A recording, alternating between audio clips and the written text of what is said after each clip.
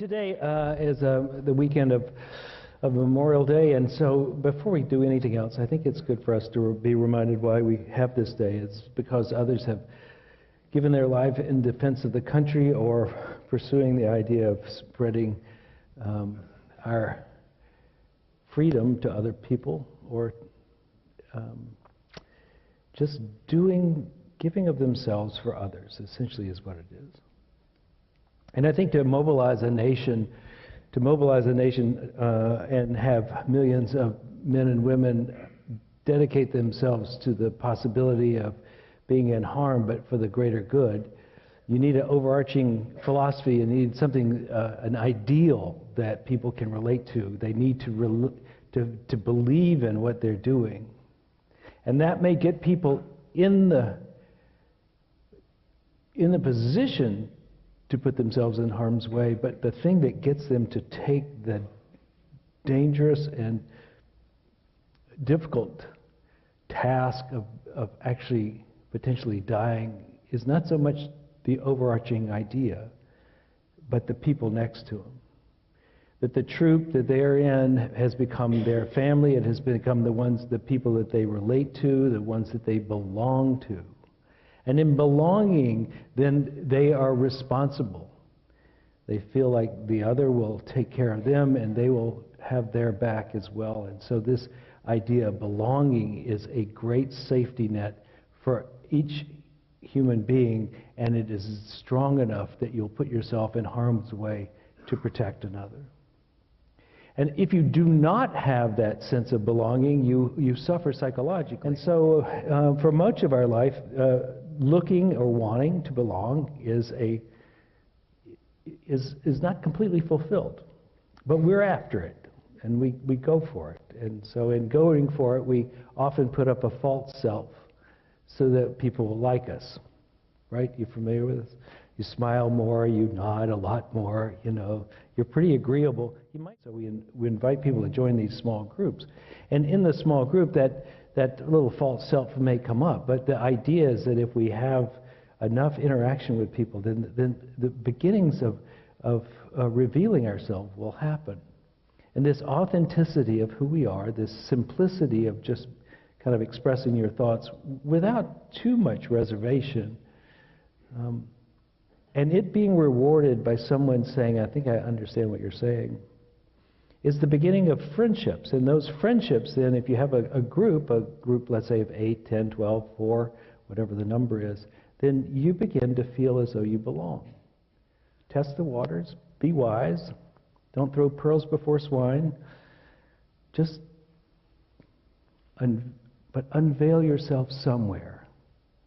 Because this is part of what it is to be fully at ease in the world, is to find your tribe. If and when we do find a place to belong, then we should be careful and take good care of it.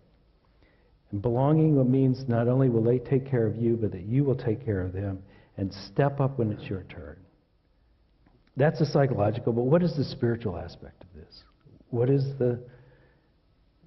What else is there?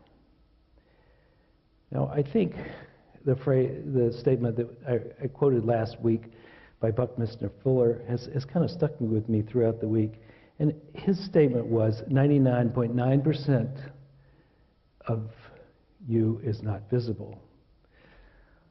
The part that you can see and smell is only 1/10 of 1%. Buffeted by a lot of things, but the trick is to find and develop a relationship with the bulk of who you are and not feel so isolated.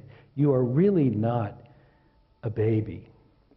You're not completely dependent on someone else. You have a greater source within you than all of that which is around you. And that's the self or the soul. This is the whole of the larger part of your life is unfolding. Not so much always according to your thoughts, but according to this bigger self. And it is using your life, it or you are using this life to unfold more capacity, more love, more understanding, more fullness. And this is just the point of it. It's the pyramid turned upside down, and the point of it is right where you sit right now. But there's a lot of you that isn't visible. We don't see it. But it's there to talk to you, to help you, to guide you. You don't have to have an external guru to be humble, obedient, and responsive. Your internal 99.9% of who you are is yourself, your guru, your internal guru. And to turn your attention toward that, and to make a relationship with that, and to belong to that, is a deep sense of belonging. You know where you're going because you're asking, you're listening, you're waiting to be told. You're jumping on it as soon as you know what to do. And you're definitely humble about who you are in this life. Because this is not the big S. This is the little s. Our longing for belonging is to long to belong to God, Guru, or self. Take your pick. To belong in a spiritual way. To connect. So the trick with belonging to your soul or to yourself or to your God is to listen, to spend time in reflection, and is to walk around as though your ego were dead already. Right? So be humble, be courageous. I mean, if you don't have your ego involved, you can say some really outlandish things to somebody for their good, of course. And if they come back at you and tear you down and beat you at your own game, it's okay, because it's really not about you, right? You can be kind and gentle to someone because it's not about you. You can be whatever the situation calls for because it's not about you. If you're dead to yourself and alive to your soul, you're on another trajectory. You have the right and the calling to do whatever you feel is necessary. Because you belong to God.